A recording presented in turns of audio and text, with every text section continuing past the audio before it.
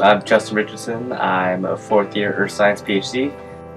So I work with Dr. Andrew Friedland.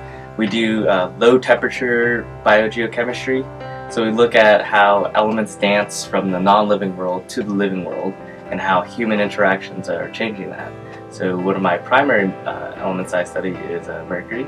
So I look at how mercury is emitted from humans, goes into the terrestrial environment, and how the terrestrial environment influences movement into the aquatic ecosystem, where it can become bioaccumulated to toxic levels for both wildlife and humans.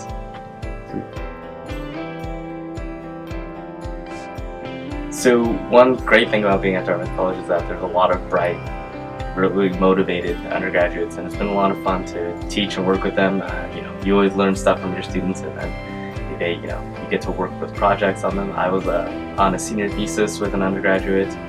I've helped out other undergraduates with their senior theses. I got to participate in the EE Just program and work with about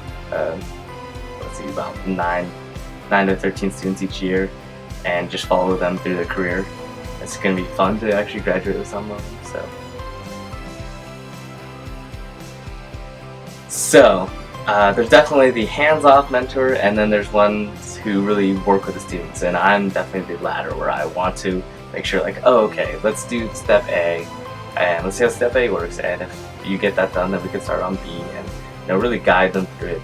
And once they get speed, then they're off and they're flying high. So it's really, I think, like having enough hands-on at the beginning. And yeah, I really like to be down in the trenches with the students. So there's an undergraduate, Isabel Caldwell, who did a senior thesis with me, and with Devin Rennock in the Earth Sciences, and she basically dug like 27 soil pits in Vermont and New Hampshire, looking at arsenic in soils to see if arsenic is being held in soils. So it was pretty cool to get her started on the first third of the soil pits. We'd go out early in the morning, dig a soil pit, and help her describe it, make sure that she knew what was going on, any other additional data that she needed to collect. And then it was really just, there you go. If you have any questions, I think that you're ready though. And she, okay, I think I got it. She come back on the field like, oh, I really got it. So it's good to get students started, and then know when to step back and let them finish. The availability of faculty and the availability of instrumentation and instruments, and really the college support, I think, is so much greater than at a larger institution.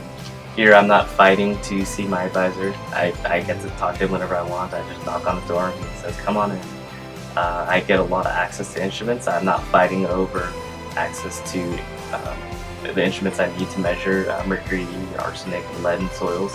I can just take my time and really get the samples I want and pop them on the instrument and run it when I want. And lastly, I think that the college really cares about its graduate students, and something you don't really get at large institutions when there's 5,000 graduate students. Here it's 800, and we have the opportunity to really get to know the Graduate Studies Office. Well, I'm very thankful to have received the Graduate Teaching Award. It's an honor to be recognized by both the faculty and the undergraduates as putting in my heart and soul into the class, and it was really two materials I really cared about. So I think that my natural propensity to liking the material came across, and excited them. And I'm really thankful that the faculty that I taught with recognized that I went a little bit above and beyond the call of duty by bringing in materials. I brought in soil from my hometown, and I cooked treats for the students when they did well. It was very humbling to receive the award, and very exciting to know that they really liked what I was teaching the students and how I was working with the students.